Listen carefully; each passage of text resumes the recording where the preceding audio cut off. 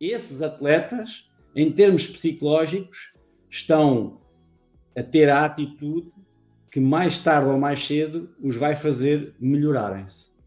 Atletas, e agora pegando aqui em exemplos concretos e portugueses, que pós-pandemia até bateram os recordes pessoais. Temos o caso do Samuel Barata, o do Luís Saraiva, até da Jéssica Enxude no peso, e várias situações. Achas que estás a falar desse tipo de atletas que estamos só aqui a dar exemplos daqueles que até bateram recordes pessoais neste período de pandemia, ou seja, contra todas as controvérsias, digamos assim. Para alguns atletas esta pandemia pode ter permitido que eles ficassem com menos coisas para fazer e se focassem mais naquilo que tinham que fazer. Para melhorarem a parte do treino e a parte da técnica, a parte da condição física, aquilo que é necessário para que um atleta se melhore. Não é? Eu penso que alguns atletas beneficiaram da pandemia porque tiveram mais tempo para si e mais tempo para se focar, mesmo que alguns deles até tivessem mais dificuldade em aceder aos locais de treino, não é? Mas aqueles que conseguiram criar uma alternativa, se calhar ficaram mais disponíveis, ficaram com mais tempo, descansaram mais e daí obtiveram melhores resultados. Eu próprio tive um atleta que acabou por melhorar as suas marcas pessoais, treinando menos, não estando fisicamente, eventualmente, tão bem preparado, mas estava muito mais focado porque tinha muito menos coisas para pensar, não é? E para aumentar o seu stress e aumentar também, portanto, o seu gasto energético, não é? Portanto, teve mais focado, menos coisas para fazer, melhorou as marcas.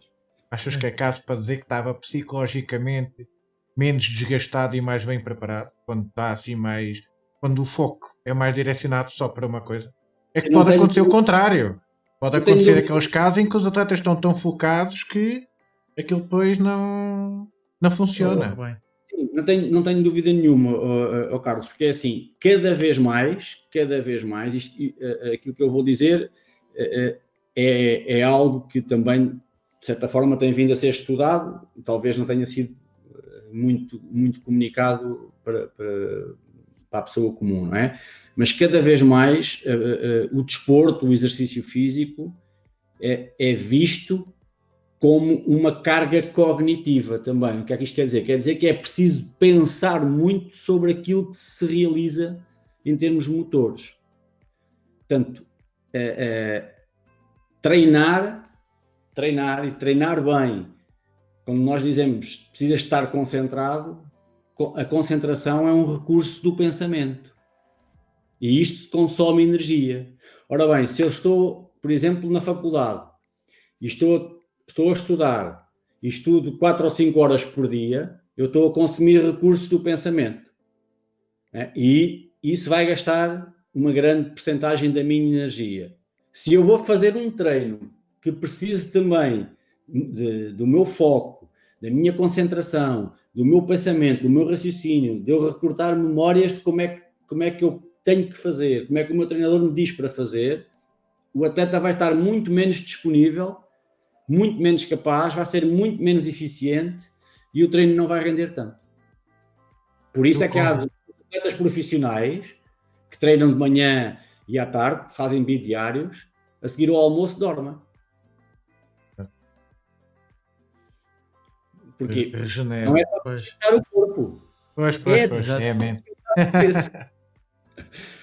E tu como psicólogo, e agora não entrando só na parte específica do atletismo, quais são assim os casos mais sonantes, não é preciso entrar em nomes, nem vai entrar em nomes, mas assim, quando me refiro a casos, é casos de situações que tens recebido mais durante estes últimos meses. O que é que os atletas têm sofrido mais a nível psicológico, ou quando recorrem a ti, atletas e não só, quando recorrem a ti, é mais a precisar de que ajuda? Que tipo de ajuda? Normalmente tem a ver com o fracasso. Pronto, normalmente tem a ver com o fracasso no sentido de não alcançarem as suas expectativas, não alcançarem os seus objetivos, não é? Portanto, a posteriori, não é? Não sabem bem o que é que lhes está a acontecer e nesse sentido nem tem necessariamente a ver com um problema psicológico, tem a ver sim com um problema emocional, ou seja, andam tristes, frustrados e decepcionados porque treinam e investem e as marcas às vezes não estão a acontecer, não estão a surgir. Pronto, não tem a ver necessariamente com eu tenho um problema psicológico e por isso é que não consigo alcançar resultados. É ao contrário. Eu estou-me a sentir mal, não é? Porque não estou a alcançar resultados, não é? Eu sou mau psicologicamente, eu sou fraco psicologicamente e por isso não alcanço resultados. Também pode acontecer, mas maioritariamente, por incrível que pareça, os atletas procuram por esta segunda situação, que é, ao não alcançarem os resultados que gostariam, pode ser por lesão, por mau treino, por isto que eu estou a dizer, portanto, terem demasiadas tarefas e andarem cansados e não produzirem resultado, não é? E isso causa-lhes mal-estar, não é? Podem começar a sentir-se mal, colocarem-se em causa, se calhar não vale a pena andar a investir, se calhar não sou tão bom como eu pensava, o que é que me está a acontecer, não é? E o atleta sente-se menos bem com isso, alguns até se sentem muito infelizes e nessa circunstância procuram. A segunda situação, nesta situação da pandemia, também teve a ver, até alguns atletas da natação, teve a ver com esforçarem-se muito, comprometerem-se muito com o treino, muita dedicação, mas depois não poderem competir. Pronto, e nesse sentido aí sim, alguns procuraram por desmotivação, sentiram-se confusos, o que é que eu ando aqui a fazer? Né? O treino perdeu o significado. E atendi uma boa percentagem de atletas porque sentiam-se perdidos, sentiam-se vazios pela falta da competição. Porque, por exemplo, naquele caso, se os clubes ou associações investissem mais em psicólogos, se calhar muitos desses atletas, como tu dizes, não batiam no fundo. Em vez de procurarem só quando precisavam mesmo, se tivessem um acompanhamento, não atalhavam muita coisa. Pedro, isso que tu estás a dizer é a chave, é a chave para o atleta conseguir, de certa forma, não ser triturado,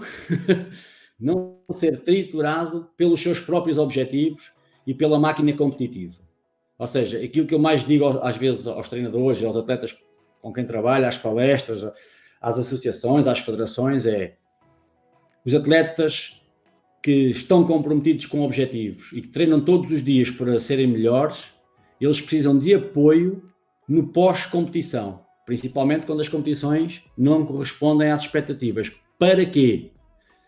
Para que o treinador e o clube, e depois quem venha a trabalhar com ele, não anda a apanhar cacos. Aquilo que se verifica às vezes é os atletas investem, treinam, vão à competição, às vezes encaram a competição como uma situação de vida ou de morte, agora é que tem que ser, agora é que eu tenho que fazer boa marca, agora é que eu tenho que salvar a época, e aquilo é tanta pressão que às vezes é das piores provas da vida deles, não é? E agora ficam completamente destruídos. E o que é que acontece? Andam 1, 2, 3 semanas só para se recuperarem da frustração, não é? Daquela competição. Então levam muito tempo a voltar a estarem em condições até de treinar em qualidade. E isto poderia ser e tem que ser evitado. Porque senão é muito desgaste, é muito inglório, é trabalho deitado ao lixo, é uma coisa... é dramático às vezes, é dramático. E não havia necessidade. Não é? Ou seja, eu como tenho o defeito ou a qualidade, não sei, de ver sempre o lado positivo das coisas, ao ouvir aquilo que estava a dizer, até podemos concluir que o facto de não haver competições pode ser visto como uma parte positiva, ou seja, pelo menos o atleta não faça por esse processo, ou seja, da autodestruição por um mau resultado, não é? A parte positiva disso, de não haver. A parte negativa é que também não alimenta ali o ego e o bicho e a adrenalina, né? Mas há uma parte positiva nisso. São poucos os atletas, e é normal isso acontecer, que conseguem aguentar-se focados apenas no processo com a incerteza da data da competição. São poucos. É preciso muito autoconhecimento, é preciso muita resiliência, é preciso muita atitude, é preciso o atleta conseguir auto-incentivar-se todos os dias quando acorda. Pá, vamos lá, hoje é mais um dia que eu posso fazer alguma coisa por mim, é mais um dia que eu posso melhorar. Não sei quando é que eu vou competir, mas há uma coisa que eu sei. Hoje a minha vontade é tanto como a de ontem, para treinar. Portanto, há poucos atletas que têm a capacidade de falar para si mesmos desta forma. E uma das coisas que eu mais me admiro pela negativa é que, eu diria, dos atletas que eu trabalho ou que eu contacto, às vezes nestas circunstâncias, até mesmo em clubes que eu acompanho, aquilo que eu mais admiro, fico admirado pela negativa, é que os atletas não sabem que podem falar para si mesmos. Alguns é quase que desconhecem que podem incentivar-se. Alguns atletas até desconhecem que podem alterar o estado em que se encontram quando acordam de manhã. Portanto, e isto Mas também é importante conhecerem-se eles próprios. As chapadas nas pernas, nos ombros, o cara, às vezes até é uma imagem. Aquilo quase que nem tem, digamos, efeito nenhum. Digamos que é uma rotina. Agora, o que tu estás a querer dizer é que nos pequenos pormenores é que podem fazer a diferença. Que é quando não está ninguém a ver. Por exemplo, como tu disseste agora, no acordar de manhã. Pode haver um fator qualquer que seja diferente que motive. E não as chapadas na cara ou as coisas para os outros verem. Né? Aquilo que está por trás é sempre o mais importante. Carlos, nas postagens que eu vou fazendo, há uma coisa que eu digo aos atletas para eles abrirem a cabeça e para se questionarem e para se conhecerem melhor, que é: tu vais ao treino ou vais treinar? É que são coisas diferentes, não é? Ir ao treino é estar lá de corpo presente no modelo escolar. O modelo escolar é um modelo passivo. E os atletas, que também são alunos, a maior parte deles, habituam-se na sua vida a aprender de forma passiva. Sentam-se numa cadeira ou ouvir alguém a falar e depois a mente até pode andar a navegar por outros mares e tudo mais. Não precisam da sua participação ativa. No desporto, para quem quer melhorar, é exatamente o oposto. O atleta faz parte da sua própria aprendizagem. Portanto, não pode estar de forma passiva apenas a escutar e apenas a transformar-se num executor. O meu treinador diz-me para eu fazer e eu executo. E depois nada. O corpo é que vai melhorar, não sou eu.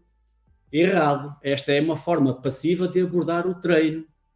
O atleta tem que estar a processar o que está a fazer. Não digo constantemente, mas pelo menos no repouso, na recuperação, nos períodos mais mortos do treino, o atleta tem que estar a refletir, a recrutar, a recordar o que sentiu e o que fez, como é que pode fazer melhor.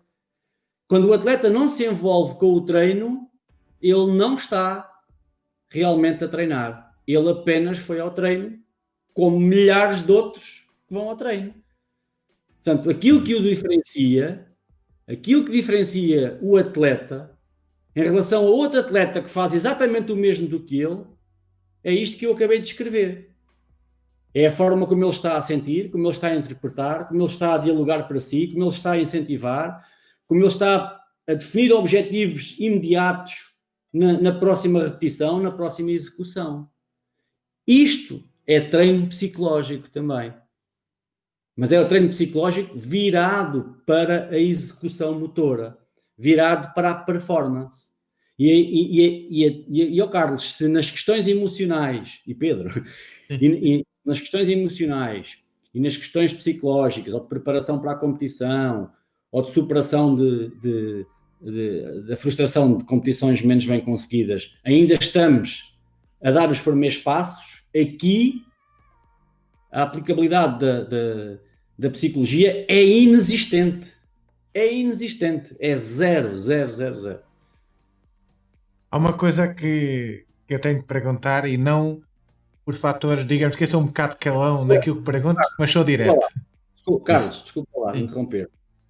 Eu já vi aqui 2 ou 3 questões, não sei se têm. Exatamente, era isso que eu também estava para perguntar aqui, da Ana Catarina Carrelo. A nossa malta não é ouvida. Sim. Até Pois, mas essa questão era mais. Eu estava a deixá-la mais para o fim porque também não tem Então muito a vá, ver com a parte isto psicológica. era só tu é que estás a controlar isso, era só para te dizer que tinha Sim, visto sim, aqui. sim, sim, sim. Estou. Aqui controlo tudo, pá. Isto aqui não falha nada. E o que falhar, olha, falhou. Não, Depois. Depois dá-se um código. Não, estou a brincar. Estava aqui a tentar interiorizar também e, pá, em boa parte, penso que as pessoas o devem fazer, que é quando estão a ouvir uma conversa, não serem esses atletas passivos, né? Vou estar só a ouvir por ouvir e devemos aprender, e é isso que também estou a tentar fazer agora. E estava focado naquilo que estavas a dizer do autoconhecimento. Tu achas que, epá, e eu digo isto de forma um bocado, não vou dizer calão, mas não sou muito científico nos termos que uso, mas sou muito prático. Que é preciso ir buscar a vontade, a garra e a determinação que havia quando os atletas, treinadores e agentes esportivos não tinham o conhecimento que têm hoje. Ou seja, um atleta, treinador. Vou dar aqui o teu exemplo. Miguel Lucas Cascalado. Não sabiam tudo. Tem de ir à procura do conhecimento. Testa, experimenta, hoje assim, hoje assado e não sei o quê. Tu achas que isso devia continuar a ser implementado? Ou seja, é uma medida antiga, mas devia para o autoconhecimento do atleta, porque eu com o meu irmão tínhamos métodos diferentes, mais na semana competitiva, e tivemos de aprender isso com o tentativa e erro. Ou seja, não íamos só treinar, tínhamos de testar ali a situação. Tu achas que é preciso implementar ainda mais essa questão do autoconhecimento? Muito bem, vou experimentar assim, né? E não a parte sistemática do treino. Vou treinar. Ou ir ao treino, como estavas a dizer. É fundamental o atleta conhecer-se. O que é que funciona para mim? Que instruções é que eu tenho que dar a mim próprio para fazer melhor? Como é que o meu corpo é mais eficaz? Como é que eu consigo ser mais rápido ou saltar mais longe?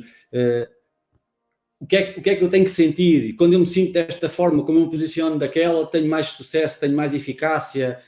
Portanto, são tudo pistas individuais que estão para lá da informação do treinador. Porque quem sente é o atleta. Quem transmite a informação da execução ou da forma correta de fazer as coisas é o treinador. Mas depois é o atleta que fica com a sua experiência individual. E esta, ele é que a tem, só ele é que a conhece. Então o atleta tem que se transformar especialista de si próprio. Eu costumo dizer, não interessa tanto o que é que tu fazes. Se fazes a fundo, se fazes agachamento ou se fazes metido ao peito. Não interessa tanto. Qual é o melhor exercício? É para o lado que eu durmo melhor. Interessa é como é que tu... aquilo que interessa mais é como é que tu o fazes. Como é que tu sabes que o deves fazer. Não é se fazes o A ou se fazes o B. Ok? Eu até costumo dizer... Há alguns atletas que é... tu fizeste um grande salto, como é que fizeste? Calhar o atleta... nem sei. Pois, até costumo dizer, 2 atletas podem treinar lado a lado, às mesmas horas, fazer tudo igual e ter performances diferentes. Né? Olha, e haver ali uma desmistificação de uma coisa qualquer que faz com que um ou o outro tenha melhores resultados. Isto vai da capacidade de cada um. Como é que eu costumo dizer, imagina, eu já apanhei atletas, não é? Que andam há 10 ou 15 anos a treinar, não é? E de repente não me conseguem explicar como é que fazem o exercício A ou o que é que têm que fazer para obter mais ou menos sucesso ou serem mais ou menos eficazes. Eu costumo brincar. Então, espera lá. Então tu andas há 20 anos, vives há 20 anos nesse corpo e não sabes como é que tens que fazer. Então sou eu que agora tenho que saber. Eu não posso saber. Então tu é que estás dentro do teu próprio corpo. Portanto, não há ninguém que seja mais especialista, não é, do próprio corpo do atleta, senão o próprio atleta. Por isso, eu às vezes também faço postagens a dizer que o principal treinador de um atleta é o próprio atleta. Não o treinador no sentido de ser ele a desenhar o treino, a metodologia, as cargas. Não é esse tipo de treinador, não é? Mas, de certa maneira, o atleta também é treinador de si mesmo. De que forma? De uma forma muito simples. Se o treinador diz, faz 10 vezes salto de barreiras a pés juntos. O treinador diz isto. E o atleta interpreta. A partir daqui, o atleta é que vai dizer a si mesmo como é que tem que realizar, como é que tem que fazer, não é? Que correções é que deve dar a si próprio, não é? O que é que sentiu? Ficou mais atrasado, mais adiantado, os braços trabalharam, não trabalharam. Toda esta informação é o atleta que a está a ter. Então é ele próprio que está a recolher e a dar instruções a si mesmo. Então está a treinar-se a si mesmo também. O atleta que não tenha este conceito fica sempre aquém. Não é? Exatamente. E hoje em dia os atletas até podem aproveitar as tecnologias para esse tipo de treino, porque o atleta pode estar a imaginar que está a fazer uma coisa, mas ao ver-se na imagem diz assim, estou a fazer, não é nada disto que eu estou a pensar que estou a fazer. Por exemplo, hoje é fácil filmar, né? Um telemóvel qualquer filmou, deixa cá ver. Eu pensava que estava com a bacia atrasada, afinal não, afinal estou com a bacia adiantada. Eu pensava que tinha a perna livre mais elevada, afinal não, está muito baixa. Hoje em dia são tudo coisas fáceis. Tudo junto, a parte física, né? E ter pré-disponibilidade da parte física também é um treino psicológico, porque quando tu és capaz de aceitar mais dessa parte, ou seja, aquilo que estás a dizer é verídico. Eu pensava que estava a fazer isto, mas continuas a fazer mal. Aí já tens ali uma parte, ou seja, alguma coisa tem de ser mudada. Exatamente. A parte física é mais difícil de trabalhar, agora a vontade e a parte psicológica, a parte física só trabalha depois da passada informação ao cérebro, ou do cérebro passar a informação para ti. Sim. Mas aqui há uma conjugação, não é? Na grande maioria das vezes, não é? Tu não fazes nada que antecipadamente não seja pensado. Não é? Agora, se for bem pensado, não é? Ou seja, como é que eu sei, como é que alguém sabe que fez alguma coisa menos bem feita? É porque tem na sua memória uma sensação, uma imagem, não é? Um pensamento de como é que tem que fazer bem. Então, onde é que está a memória? Não é? A memória situa-se alguns no cérebro. Então é uma questão mental. Não é? Então, quando eu comparo aquilo que eu tenho na minha memória, não é? Como ideal, e eu não fiz esse ideal, porque senti que não fiz o ideal, há uma discrepância. Essa discrepância é o erro. Então, a seguir, eu tenho que ir mentalmente, não é? Dar uma instrução a mim próprio para que a minha realização se aproxime o mais possível daquilo que eu tenho na minha memória. E assim sucessivamente. 1, 2, 10, 15, 20, 50 mil vezes. As que forem precisas. Até que a parte física faça um match com a parte mental. E se eu não tenho uma imagem mental? Não tenho nada. Ando lá. Já tenho, agora, falando no meu caso, as vezes que eu tive lesionado, e ainda foram muitas, aproveitava o tempo que estava em casa para ver vídeos de bons exemplos, e vi, e aí por vezes até me dava comigo na cadeira, estava sentado na cadeira, e até quando, por exemplo, um atleta de salto e comprimento fazia a chamada, eu até fazia, quase crescia, estás a ver? Tentava... Fazias como é que é? A malta que está a ver futebol, não é? E depois dá pontapés na na atmosfera. Está a ver? Aí esses só falta o treino físico, porque a parte está lá. Olha, como estávamos a referir, temos aqui uma pergunta fora um bocadinho do contexto do tema. Vamos fazê-la na mesma e depois passamos aqui à parte das conclusões e das dicas que podemos ter nesta conversa. Eu penso que as poucas, e até posso mostrar no papel, tinha só 3 questões para fazer, muitas adiantaste a elas, nem sequer preciso devo te fazer. Se calhar é que o autoconhecimento ou tão a precaver que o Miguel ia falar disto e então não foi preciso. Mas a Catarina pergunta que, na tua opinião, tem havido apoio suficiente ao desporto na tentativa do regresso à dita normalidade? E eu acrescento aqui uma parte em que, e podes aliar a tua resposta à parte também psicológica, que é, como falamos antes de entrarmos aqui em direto, o facto de chegarmos a 3, 4, 5 dias de uma competição e ela ser cancelada, independentemente por quem ou por que motivo, mas os atletas já iam embalados na preparação. E neste caso, profissionais, atletas profissionais e não só, no caso da questão da competição, até havia nos amadores, né, que alguns já estavam tipo, naquela coisa de ir para a competição, mas tu achas que tem havido apoio suficiente para o regresso à normalidade e depois acontece estes entraves? Ou seja, que impacto é que isto pode ter? Eu penso que a nível do poder central, do governo, estão-se a borrifar. Estão-se completamente a borrifar. Ou seja, onde é que anda o nosso secretário de Estado do Desporto? Onde é que ele anda? Desapareceu. Na pandemia, levou, não sei se ele morreu ou não sei, mas que desapareceu porque ninguém o vê a falar de nada, não é? Não anda aí a tentar recuperar o desporto, portanto deve estar escondido em algum local. Aqueles que têm feito pelo desporto na tentativa de o recuperar são as federações, umas mais que outras, e depois as associações. Agora, de cima para baixo, ao nível governamental, ao nível das políticas desportivas, está tudo caladinho. Portanto, porque anda tudo em pânico por causa destas questões portanto, do Covid e cá mais em baixo, ao nível de quem organiza as provas, os juízes e as pessoas responsáveis pela organização de provas, têm feito o possível e o impossível e aquilo que lhes permitem ser feito, não é? Portanto, todos nós sabemos que acho que há à volta de 170 mil atletas que neste momento abandonaram, não é? Não estão a praticar nenhuma atividade física.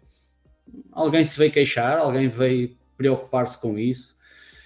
É claro que o que é prioritário é primeiro, né? São estas questões de saúde, mas já lá vão mais de 9 meses e já estava mais que na hora de alguém de cima para baixo vir fazer alguma coisa pelo nosso desporto, mas pelo que eu vi, as coisas até tendem a piorar. Olha, vê bem, hoje a minha filha liga-me a meio da manhã a dizer, pai, aqui na escola onde eu estou, as aulas de educação física estão a ser feitas com máscara. E um atleta meu foi fazer também uma aula de atletismo e andou a correr com máscara. Sabes o que é que ele me disse? Chegou ao final do treino, a máscara teve que a pôr no lixo porque a máscara estava toda ensopada. É claro que é possível fazer esse desporto com máscara, mas tem que ser máscaras específicas para a prática desportiva. Não é uma máscara social ou uma máscara daquelas, portanto, médicas, não é? Essas máscaras não são aconselhadas para a prática do desporto, mas os putos na escola agora estão a usar qualquer tipo de máscara para praticar desporto. Então, se as escolas realmente querem que os atletas continuem a fazer atividade física e, portanto, a protegerem-se uns aos outros, ofereçam-lhe máscaras credenciadas, aptas para a prática do exercício físico. Não é uma máscara qualquer, né? Uma pessoa transpira, saliva, sei lá, há vapor de água, e as máscaras ficam completamente ensopadas. Por aqui pode-se ver quem é que está a pensar no desporto. Quem é que está a pensar no desporto? Parte desportiva já só por si já era um bocado negligenciada, né? Ou seja, já havia um bocado de falta de apoio, tirando para um ou outro setor, assim ainda mais, né? Ou seja, achas que isto também é desculpa para muita coisa? Como tu acabaste de dizer, se calhar há agentes responsáveis pelo desporto que desapareceram do mapa, né? Achas que isto também acaba por ser uma desculpa para muita coisa e com isto estão os milhares e milhares de jovens têm que competir, alguns ainda continuam a treinar e conseguem essa parte. E muitos desistiram. Eu não acho que seja desculpa, eu acho que seja incompetência e ignorância à mistura. Incompetência com ignorância daquelas pessoas que realmente deviam estar a salvaguardar o desporto. E depois cá para baixo vai-se fazendo o que se pode, e esse aí tem mérito, são as associações que organizam as competições, não é? Essas acho que têm-se esforçado, mais à esquerda ou mais à direita. Essas sim acho que é de lhes tirar o chapéu. É claro que têm que cumprir as regras que lhes são impostas, mas têm feito das tripas coração para tentar minimizar os danos da competição. E isso aí, sim, acho que tem estado bem. Pois, até porque é preferível voltar com algumas regras do que nem sequer voltar, né? Ou seja, as Sim, competições que têm havido é possível praticar e pôr em prática aquilo que se tem treinado. E acho que isso lá está, é um fator psicológico bastante importante. É poder voltar à sim, competição sim. e depois lá dentro, epá, digamos que mesmo à Nós, português, o que se lixa. atletismo, Mais resultado, menos resultado, epá, É olha. preciso A praticar. parte positiva é poder voltar à competição. Exato. A partir daí, não olha. é importante os atletas conseguirem perspectivar. Daqui a 15 dias, daqui a 3 semanas, daqui a um mês, eu vou competir. É extremamente importante porque isso mantém o foco, mantém as pessoas, portanto, ligadas ao seu desporto, mantém os atletas organizados e orientados. Sem a perspectiva da competição, os atletas ficam confusos, ficam perdidos, a incerteza é grande e é claro que é mais fácil desmotivar, é mais fácil ficar frustrado, é mais fácil vitimizarem-se, etc, etc, etc. Ainda bem, pelo menos ao nível do atletismo, isso foi minimizado. E como tu estavas a dizer, nas camadas de formação é preciso haver também aquele bichinho da competição, porque muitos vão experimentar o atletismo, passado uma semana ou duas, têm ali uma competição e veem todo o ambiente e veem assim, epá, afinal isto é mesmo porreiro e vou continuar, gosto disto. Agora, se eles nem têm a oportunidade disso, é mais Como é que se vai fácil, motivar, né? sim, E como foi. aí, olha, aproveita aquilo que tu estás a dizer também para pedir ao Miguel. Não vou dizer o resumo desta conversa, mas talvez há algumas dicas que atletas e não só, ou agentes esportivos, neste caso do atletismo, possam seguir ou se possam basear para continuar a enfrentar aquilo que ainda temos pela frente, né? Em jeito de resumo aqui da nossa conversa, o que é que tu podes dizer aí à malta do mundo do atletismo para a motivação e para se continuar focados? Eu vou partir de uma coisa muito específica, que quer dizer que é o nosso cérebro, ele é preditivo. O que é que isto quer dizer? Quer dizer que está sempre a tentar usar a imaginação para prever aquilo que vai acontecer. Para quê? Porque nós queremos segurança, queremos nos sentir seguros, não é? Queremos nos sentir confiantes. Então, todos nós, à nascença, trazemos um cérebro altamente programado para antever. Porquê? Porque a antevisão faz com que eu me prepare, certo? Então, para aqueles atletas que eventualmente ainda não tenham as competições bem definidas, eles devem tentar, de certa forma, arranjar forma de se testarem em treino. E os próprios treinadores dizerem, olha, atenção, daqui a 15 dias vamos fazer uma competição interna ou vamos fazer um teste específico, eventualmente até vamos organizar a programação de treino para que vocês estejam o melhor possível nesta data. Sei lá, é importante que se perspective. Porquê? Porque o nosso cérebro trabalha muito melhor sempre com a antevisão daquilo que consegue vir a obter ou a alcançar. É assim que nós nos organizamos, não é? E depois isso faz com que eu, então, aumente a minha motivação, aumente a minha atitude, puxe por mim, porque perspectivo na data X alcançar um resultado Y. E se isso não estiver organizado ao nível do calendário, é importante que os treinadores, nos seus locais de treino, façam competições internas.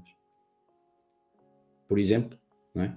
Entre atletas, de certa forma, ou lancem um objetivo específico, quase tipo competição, de teste, para que os atletas consigam. Vocês já foram atletas, sabem muito bem como é que era. Atenção, que para a semana vai haver testes. Vai haver testes, tem que melhorar isto, tem que melhorar aquilo e tal. E não sei o quê.